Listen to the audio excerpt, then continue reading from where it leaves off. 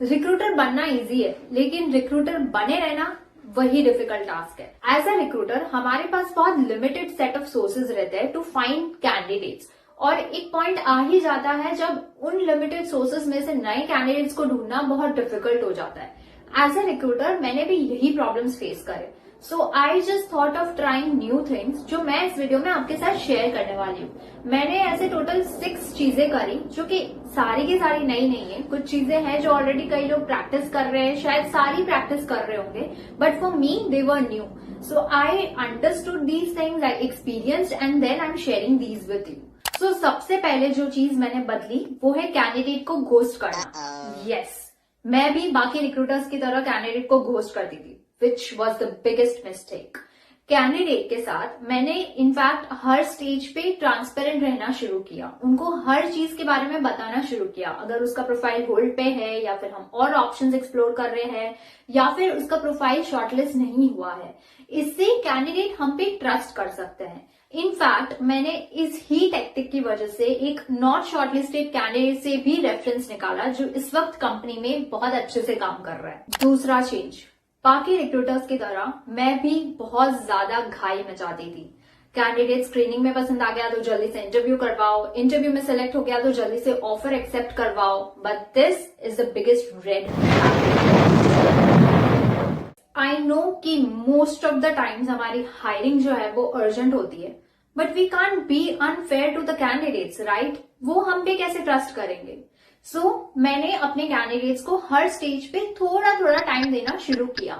जैसे उसकी profile screening के बाद मुझे वो पसंद आया तो मैं उससे बात करूंगी, उसको जेडी भेजूंगी, कंपनी का प्रोफाइल भेजूंगी, और उसे एक दिन का टाइम दूंगी कि वो उस मेल को गो थ्रू कर ले। Once he goes through that mail, he will call back if he is interested. यहाँ पर हम उन कैंडिडेट्स को एलिमिनेट कर सकते हैं जो इनिशियली ऐसे ही अप्लाई कर देते हैं, but they are hardly interested, right? So यहाँ पर हम हमारे जो कैंडिडेट घोस्ट करते हैं उसकी प्रोबेबिलिटी को कहीं ना कहीं थोड़ा सा कम कर सकते हैं। जैसे ही हमारे पास कॉल आता है कि भाई I went through the JD and I am interested, हम उसका इंटरव्यू करवाते हैं। इंटरव्यू करवाने के बाद जैसे हमारे पास फीडबैक आ जाता है या नहीं भी आता है, we will speak to the candidate कि भाई इंटरव्यू कैसा रहा, how was your experience, were you able to get answers to all your questions, right? उससे हम समझने की कोशिश करते हैं, और अगर वो सिलेक्ट हो जाता है तो हम उसे ऑफर लेटर भेजते हैं, और साथ में हमारी पॉलिसीज, हमारे बेनिफिट्स, टर्म्स एंड कंडीशंस, सारी चीजें एक साथ बताएंगे।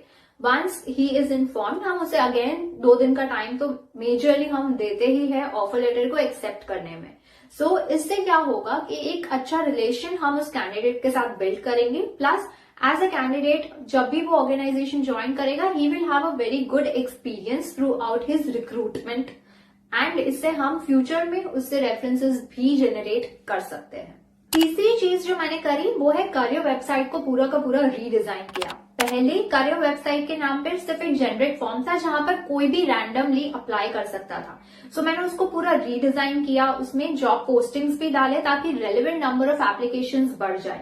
साथ में कोई भी अगर हमारी वेबसाइट के बारे में नहीं जानता, हमारी कंपनी के बारे में नहीं जानता, और वो अगर पहली बार आ रहा है तो वो वेबसाइट पे चीजों को पढ़ेगा, जिससे उसको थोड़ा बहुत ट्रस्ट आएगा कि ठीक है, this company looks authentic, secondly this company looks okay to apply.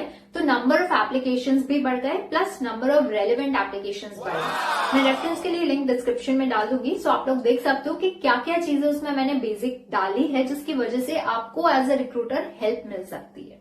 Fourth, ये मेरा अपना तरीका था कि जब भी कोई वैकेंसी आती है, मैं सबसे पहले उसको हर फ्री सोर्स पे वायरल करने की कोशिश करती हूँ। जैसे व्हाट्सएप, टेलीग्राम ग्रुप्स हो गए, जितने भी रेलेवेंट टेलीग्राम ग्रुप्स है या व्हाट्सएप ग्रुप्स है, मैं हर जगह उनको पोस्ट कर देती थी। उसके बाद लिंक्डइन प्रोफाइल पे आप पोस्ट कर सकते हो, आपके लिंक्डइन प्रोफाइल पे, तो वहां डाल दिया। इंडीड पे आप फ्री जॉब पोस्ट करते हो तो वहां डाल दिया। लिंक्डइन पे पर प्रोफाइल आपको 1 जॉब पोस्ट मिलती है फॉर अ वीक, वहां पे डाल दिया। और मैं तकरीबन दो दिन का टाइम लेती हूँ, जिसपे मैं देखती हूँ कि अगर मुझे रेलेवेंट एप्लीकेशंस ये फ्री सोर्सेज से मिल जाए तो वेल एंड गुड। अगर 2 दिन के बाद भी नहीं मिलते तो मैं पेड पोर्टल पे जाती हूँ, because then you have to get the applications, right? इससे क्या होता है, कहीं ना कहीं मैं अपना रिक्रूटमेंट कॉस्ट बचा लेती हूँ। नेक्स्ट मैंने काम किया एम्प्लॉयर ब्रांडिंग पे। नाउ एम्प्लॉयर ब्रांडिंग एक बहुत बड़ा सब्जेक्ट है जिसमें बहुत सारे तरीके होते हैं। एक मैं ऑलरेडी आपको बता चुकी हूँ, career website, so that is a part of employer branding. दूसरा मैंने काम किया कंपनी के लिंक्डइन पेज पे। सो लिंक्डइन पेज पे जो भी अच्छी पॉलिसीज है, जैसे कि पीरियड लीव हो गई, राइट, तो वो सारी कंपनीज नहीं देती, तो उसके बारे में डाल दिया। एम्प्लॉय एंगेजमेंट रिलेटेड कोई एक्टिविटीज हो गया, जैसे मेंस डे सेलिब्रेशन हो गया या फिर क्रिकेट टूर्नामेंट ऑर्गेनाइज किया था, तो उनके पिक्चर्स, उनकी वीडियोस, ग्लिम्सेस, कोलाज बना के डाल दिया, या कुछ भी आप उसको प्रेजेंट करो, दिखाओ कि देखो ऐसी ऐसी एक्टिविटीज होती है हमारे यहाँ। फिर क्योंकि मैं जिस कंपनी में काम करती हूँ वो एक स्टार्टअप है, वहां पे कई बार ऐसा होता था कि सीओओ जैसे गणेश विसर्जन है, तो सूरत में स्पेसिफिकली गणेश विसर्जन इज वेरी वेरी इंपॉर्टेंट, तो 4 बजे छोड़ दिया, राइट। ऐसे ही कभी कुछ और ओकेजन हो गया तो जल्दी छोड़ दिया। तो इसके जो अनाउंसमेंट मैसेजेस होते थे, इनका स्क्रीनशॉट भी लेके मैं डाल देती थी to show that how cool this company is and how you know personally आपकी कंपनी आपको समझती है और हेल्प करती है।